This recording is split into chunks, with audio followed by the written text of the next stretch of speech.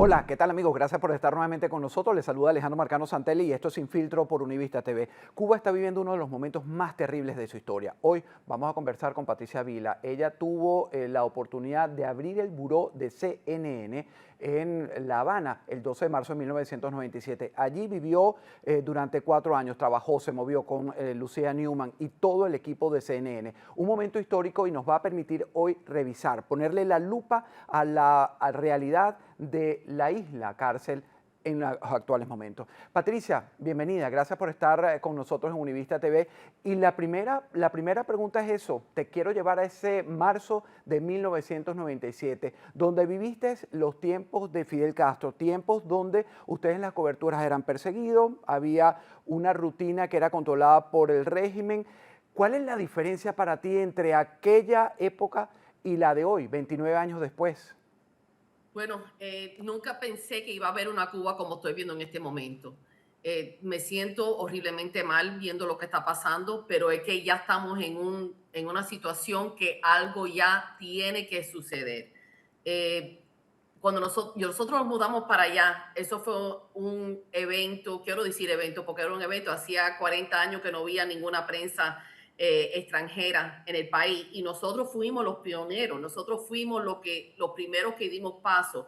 Y lo que quiero contar es que mucha gente piensa que ese buró se abrió porque Fidel y Ted Turner tenían una amistad.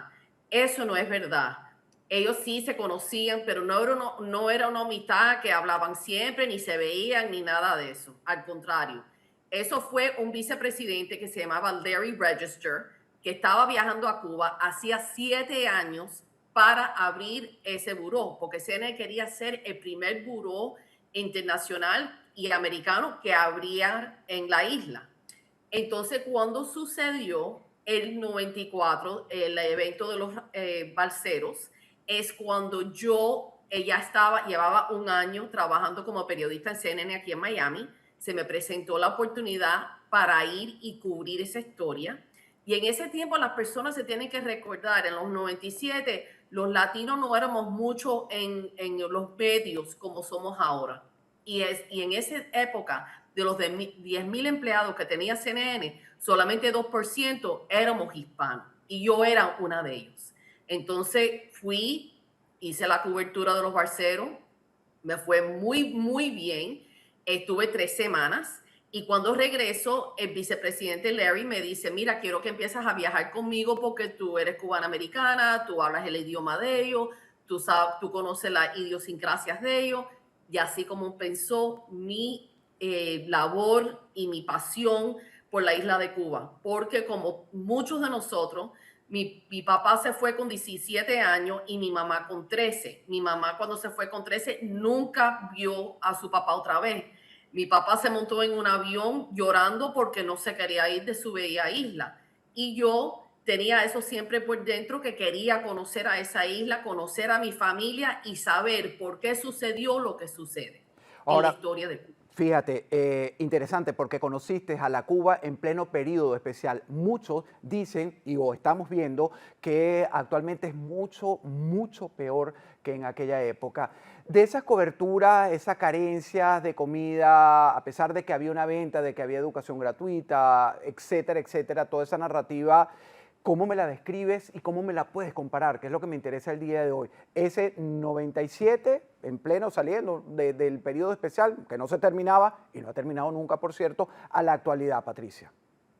Mira, es que mira, yo he estado en Haití 3 veces por trabajo, con CNN, y yo lo veo así como una isla que está, como Haití, que están mal, mal, porque por lo menos en el 97 y vía el periodo especial, pero vía gasolina, si tenía los dólares te podía mover, las familias estaban mandando el dinero, vía teatro, los niños iban al colegio, todo estaba fluyendo como un país semi normal, entre comillas, no como las cosas se ven en este momento. Esa semi, Entonces, ajá, sí, esa seminormalidad, llegaste a tragártela como esto está bien, no importa lo que el mundo entero vea o lo que quieran ver de la isla.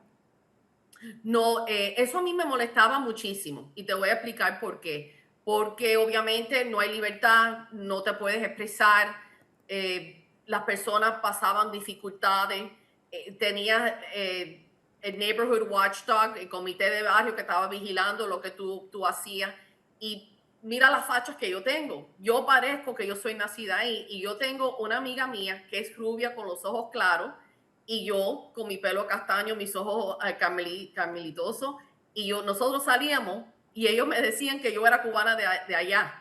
Y especialmente ellos pensaban que yo era de Oriente. Cuando hablaba español, decían, ¿tú eres de Oriente? Le dije, no, yo soy nacida en Miami, de padres cubanos y vivo aquí. Y ella es la que lucía que era extranjera. Entonces, varias veces a mí me paraban para pedirme mi carnet de identidad. Cuando entraba a los hoteles, tenía esa situación también pendiente. Me recuerdo muy bien un día que yo estaba en una línea para comprar medicamentos porque no me sentía bien y el guardia vino y me dijo, no puedes estar parada en esta fila. Y lo miré y le dije, ¿por qué? Y dice, no, porque esto es solamente para los extranjeros. Y obviamente rápidamente cambio para el inglés y él se dio de cuenta que, oh, espérate, con quién hablé? ¿Con quién estoy hablando? Entonces, obviamente, viví ahí casi 4 años y eso a vez en cuando pasaba y me hacía sentirme mal. ¿Por qué yo me puedo mover y los cubanos de a pie no pueden? Claro, y la falta de libertad, tú lo has nombrado. ¿Por qué desde aquella época, Patricia, se romantizó tanto el castrismo? ¿Por qué la gente lo veía? Incluso a ti te debe haber costado decirles la verdad que pateaste en las calles de la Cuba de tus padres natal y que la gente no quería entender o no la entendían. Mira, eso todo el mundo lo sabe y yo me imagino que mucha gente lo sabe. Yo cubrí Fidel, estuve con él en varios lugares donde él estuvo públicamente. La primer encuentro que yo tengo con él es cuando me pasé 2 semanas en febrero del 96, que fui con Hank Aaron, el pelotero, porque hicimos un documental que se llamaba Cuba's Boys of Summer y entrevistamos a todos los peloteros estrellas de Cuba, viajamos por toda la isla y estando en la presencia de él tiene un carisma, es muy inteligente, él de verdad que sabía todo lo que estaba pasando en el mundo, se sabía de los vinos rojos, los vinos blancos, las comidas, la política, la historia. A nadie le puede quitar que Fidel Castro era un hombre inteligente. Pero lo que yo siempre pienso y lo que siempre hablo con mi familia es, y ojo, ¿por qué él no usó esa inteligencia para mejorar a Cuba y poner a Cuba en primer mundo? Es lo que yo siempre pienso. Es una lástima que él destruyó a un país que era el primer país que tuvo televisión en color antes que los Estados Unidos, que las compañías de Ford y distintas compañías iban y probaban en Cuba sus productos primero antes que los Estados Unidos. Entonces, como que miro a esa isla ahora y como dije cuando empezamos el programa, me da tremenda tristeza porque honestamente no sé cómo, esto no va a terminar bien, te lo digo honestamente, Cl- esto yo no creo que va a terminar bien. Bueno, ya hablaremos de eso en unos minutos. Déjame seguir un poco en el pasado. Ese mismo carisma que se le reconoce, utilizado para el mal de Fidel Castro, es lo que ha producido como consecuencia una isla quebrada, este exilio tan grande, la miseria. Pero muchos gobernantes, tú lo conociste de cerca, Fidel, pero muchos gobernantes también cayeron bajo la seducción del líder, el dictador, hoy fallecido afortunadamente. Pero muchos también apuntaban a que las sanciones de Estados Unidos, ¿crees que el mundo fue complaciente y responsable de lo que está viviendo la tragedia del pueblo cubano actualmente? Mira, yo creo que es un poco de todo y yo sé que las sanciones eran difíciles, pero te voy a dar el ejemplo perfecto. Cuando yo me mudo para Cuba, la CNN paga para que yo tuviera mis muebles y mis cosas allá, obviamente.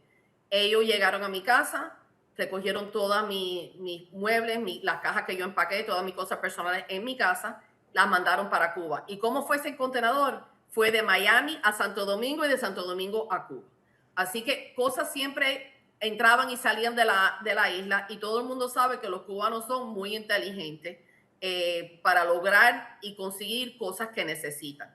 Así que, obviamente cuando yo viví en esa época, había mucha gente de negocio del Canadá que estaban ahí en construcción y en otras industrias. Así que en ese tiempo sí había negocio, yo lo conocía porque yo andaba con mucha gente, andaba con el cubano de a pie, andaba con la gente de las embajadas, las distintas embajadas, andaba con la gente de negocio. Entonces pude capturar y aprender y hacer muchas relaciones por la posición que yo tenía con la CNN. A finales de los 90, mientras tú estuviste allí, todavía se gozaba de esa Cuba que, a pesar del control, desafortunadamente, que tenía Fidel Castro, no había tantas carencias como actualmente. Cuando tuviste estas protestas del 2021, Patricia, y las que se han producido actualmente, con estos cortes de electricidad que son tan largos, con esta miseria en la que hay muchos cubanos de a pie que no tienen ni siquiera un solo bocado, y tú me señalas, esto va a terminar mal. ¿Te refieres al régimen? ¿Te refieres a la situación del cubano de a pie o las políticas que se están implementando actualmente? Yo creo que esto se va a terminar mal en varios niveles, en muchas plataformas, lo que tiene que ver con el país. Yo creo que va a terminar mal para el gobierno. Ahí pueden pasar muchas cosas. El gobierno se puede ir o el Trump administration puede hacer una negociación como han hecho en Venezuela. Veo la gente desesperada, pero te voy a decir algo. Tuve ahora dos amigos que fueron a Cuba con la iglesia y han ido 3 veces. La semana pasada fui a cenar con ellos y ellos me estaban contando que el pueblo está como dividido. Hay mucha gente que apoyan lo que la administración en este momento está haciendo, pero hay otros que dicen que es demasiado porque están pasando mucha dificultad. Y tenemos que, como se dice, tenemos que ver day by day qué es lo que va a suceder. A mí lo que me preocupa es que yo sé que hay gente sufriendo, hay gente que necesitaban tener cirugías por problemas de salud. ¿Cómo tú puedes mantener tu comida fresca y sana si estás perdiendo electricidad? Entonces, me parece que es un poco cruel lo que está pasando en este momento, pero también el gobierno cubano tiene mucha culpa, la mayoría, digo yo, en lo que está sucediendo en este momento. Bueno, y lo tienes muy claro, Patricia, porque efectivamente actualmente para criticar a la actual administración dicen no, que no está permitiendo que llegue el petróleo y se queden sin nada. Tú lo has dicho en minutos anteriores, siempre ha habido conexión, siempre ha habido envíos y siempre ha habido el usufructo de ese sistema del petróleo que le llegaba, incluso regalado por el dictador de mi país de origen, de Venezuela, Hugo Chávez Frías, también fallecido, afortunadamente. Ahora, cómo desmontarle a una persona que realmente conoció a esa Cuba y que ha visto la degradación de la misma, cómo explicarle a esa gente que dice, no, la culpa es de Trump. Bueno, yo creo que mucha educación y regresando a la historia. Tú sabes, me pongo a pensar que Cuba de verdad que ha tomado decisiones a través de todos estos años muy incorrectas. Como dije al principio, Cuba era una isla de oro, tenía tanto fruto, televisión en color primero que los Estados Unidos, varias cosas que han tenido y han perdido esas oportunidades de a lo mejor ser un líder en el Caribe y también en Centro y Sudamérica. Yo creo que educación, la gente siempre se olvida de la historia. Ese es el problema que hay. La gente siempre se olvida de la historia. Entonces, tenemos que educar como tú haces en tu programa. Los noticieros tienen que educar. Y desafortunadamente el cubano de a pie está sufriendo por las decisiones que ha tomado el gobierno de él. Fíjate, conociste a Fidel Castro. Llegamos Sí. con el tiempo a un Díaz-Canel y ahora hay la posibilidad que en esas negociaciones el Cangrejo o cualquiera de estos familiares del entorno de los Castro pues negocie con la administración Trump y quede ahí gobernando. ¿Te gusta esa idea? Si es la única opción que tiene el pueblo cubano, lo vamos a tener que aceptar. ¿Qué se puede hacer? Si esa es la decisión que toma esta administración en este momento, lo vamos a tener que aceptar a ver si se puede dar un paso para adelante. Ya Oh, tan para atrás no se puede ir. Ese país está derrumbado completamente. Lo vemos en todos los videos que está montando todo el mundo, lo vemos en la noticia, lo vemos en tu programa. No veo ninguna otra manera. Vamos a tener que tratar de salir de ese hueco lo más rápido que podemos y ojalá tomamos decisiones no muy radicales para ver si ese país se puede levantar y se puede arreglar. Porque eso, en ese momento, cuando eso pase y abren esa isla, que ojalá que se abra rápido para poder ver si podemos venir nosotros para ayudar o las personas en el mundo que quieren ir a hacer negocio con Cuba, apoyar a Cuba, los medicinas, los médicos, las enfermeras, todo lo que ese país necesita para poder llegar y ayudar a esas personas en ese momento, porque ahí todos nosotros sabemos que no hay nada. Patricia, fíjate que mucha gente, y sucede igualmente con el tema de Venezuela luego del 3 de enero, con la extracción de Maduro y Cilia Flores, critican porque dicen todavía está mandando Delcy y Delcy es parte de la organización criminal.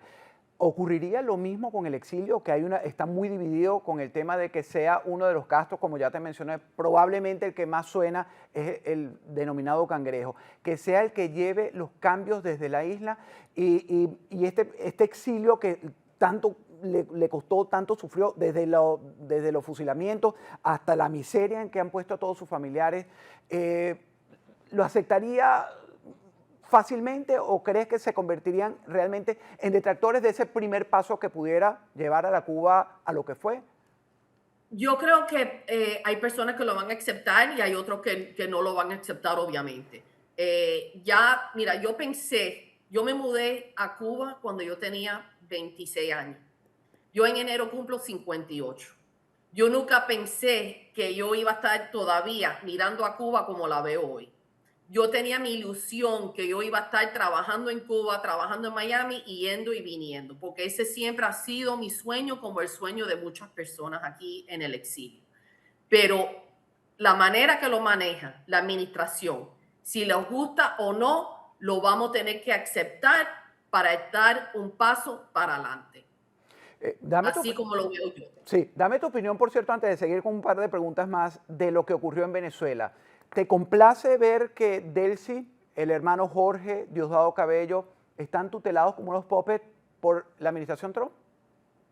Personalmente no me gusta. Me gustaría ver unas elecciones libres y que el pueblo puede escoger a quien ellos quieren. Pero también tenemos que entender como seres humanos que todo tiene un proceso. Y estamos viviendo en este mundo un mundo muy complicado en este momento. Es como yo siempre digo en inglés, the world is on fire. El mundo entero Está en está, fuego. la gente está protestando, no están contentos, quieren cambios, estamos viendo cosas que nunca hemos visto.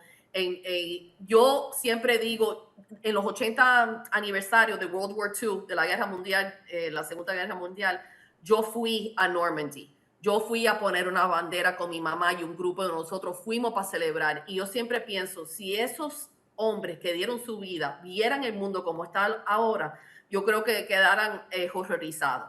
Porque como dije, lo que se está viviendo en este momento, nunca yo creo que ninguno de nosotros pensamos verlo. Pero bueno, teniendo a Delcy ahí, me imagino que es un paso.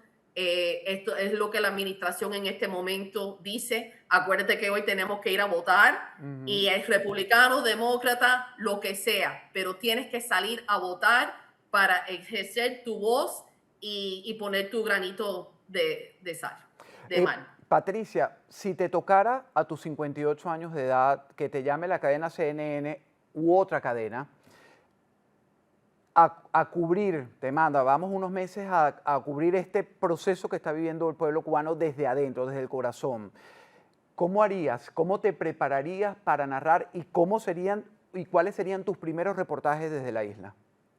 Yo primeramente, definitivamente, mira, no importa si es con un noticiero, con un hospital, con el gobierno americano, si a mí me llaman y me dicen, queremos que tú seas parte de esta organización que vamos a ir para Cuba para tratar de reconstruir todo y ayudar y poner, como se dice en inglés, procedures and policies in place, estoy en la primera avión que vaya para allá, porque Cuba siempre ha sido el amor de mi vida. todas las personas allá, las personas, mi familia, la historia.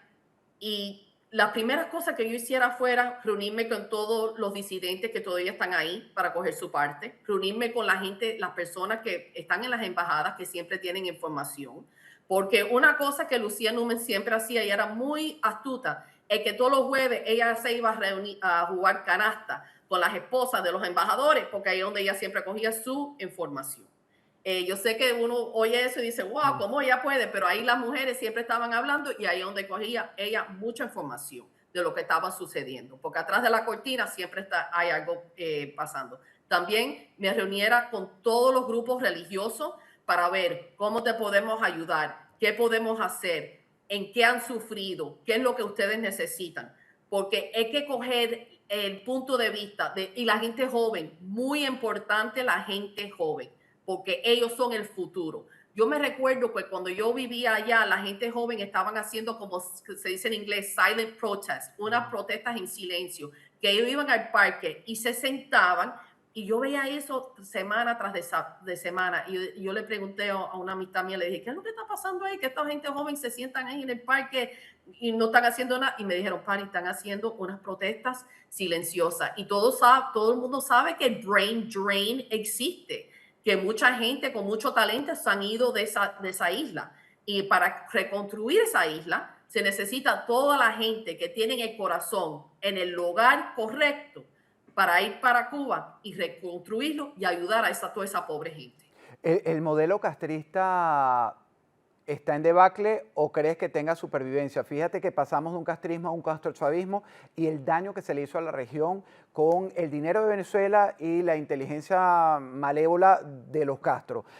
Países comprados completamente con cuotas de petróleo, dinero en efectivo, para mover un movimiento de la izquierda radical que presidieron estos dos personajes nefastos que, repito, ya están muertos. ¿Está en debacle realmente o puede sobrevivir un tiempo más? Yo creo que puede sobrevivir un tiempo más, pero yo creo que ese mar ya va a venir a un cambio y a un fin punto. Algo está en el breaking point. Ellos están en el breaking point y ahí algo tiene que suceder para que el cubano de pie pueda levantar. Eso va a ser décadas y décadas para poder reconstruir ese país otra vez. Patricia, me contabas esta mañana que tú fuiste Michael Cossack, que tuvo mucha injerencia en esta etapa con la administración, salió y tú llegaste a conocerlos y trabajar con ellos. ¿Qué se lleva, crees, este funcionario, ya que los conociste muy bien, de este proceso en los últimos meses? Bueno, a mí, él, mira, me erizo cuando tú dices el nombre de él. Yo fui muy, muy amiga de él por los 4 años. De él y su esposa Eileen son unas personas excelentes, muy buenos sentimientos. Me alegró mucho ver que él está en las negociaciones porque él es el Assistant de Human Rights para el Western Hemisphere. Él tiene tremenda posición.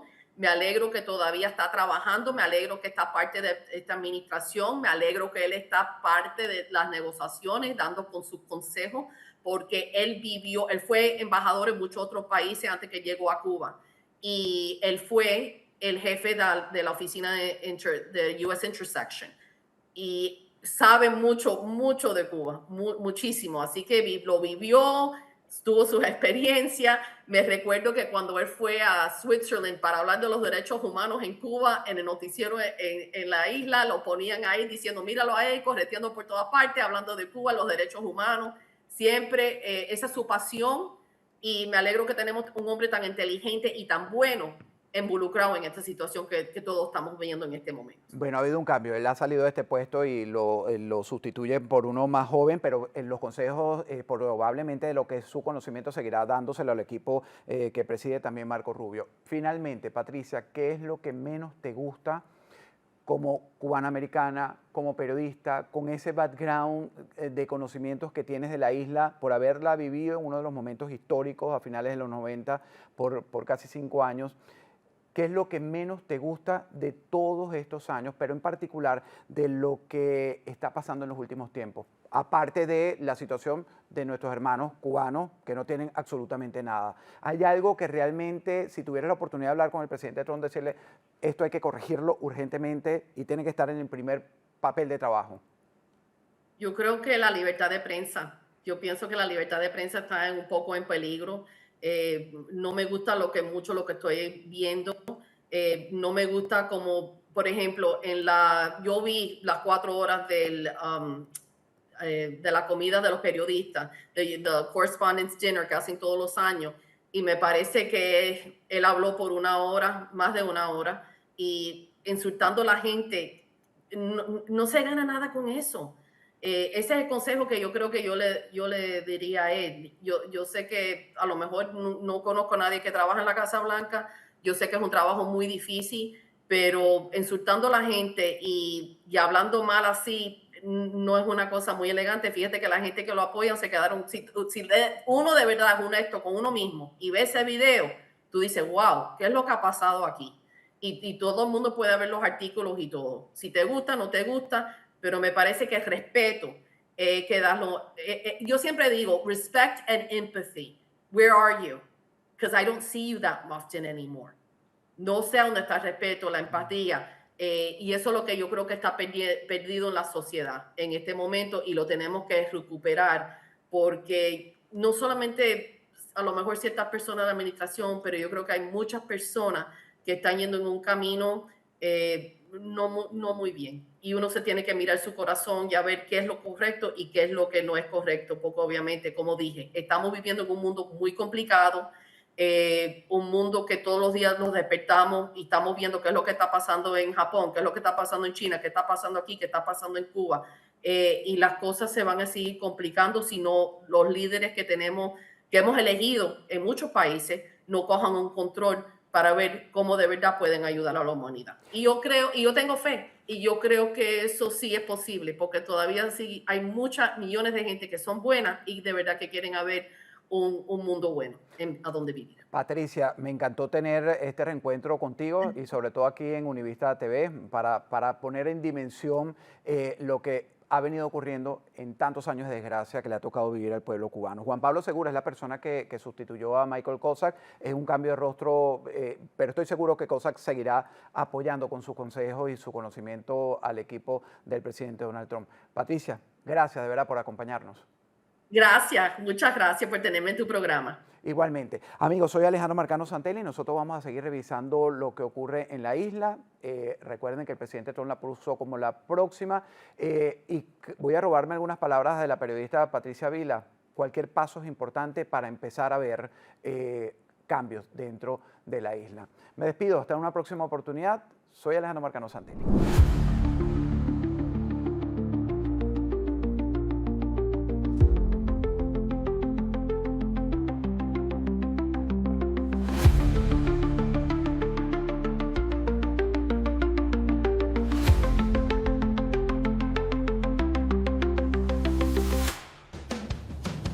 Hasta el mejor conductor tiene un mal día.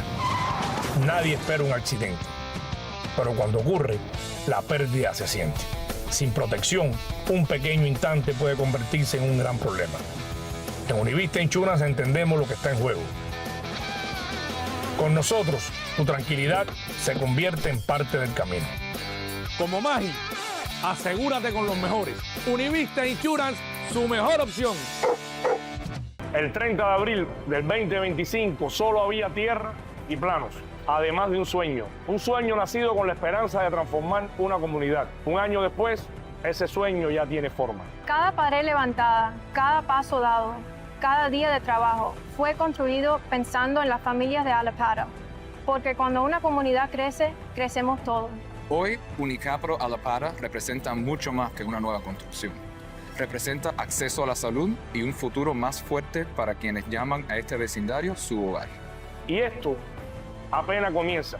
Unicapital Alapata, construyendo futuro para Miami.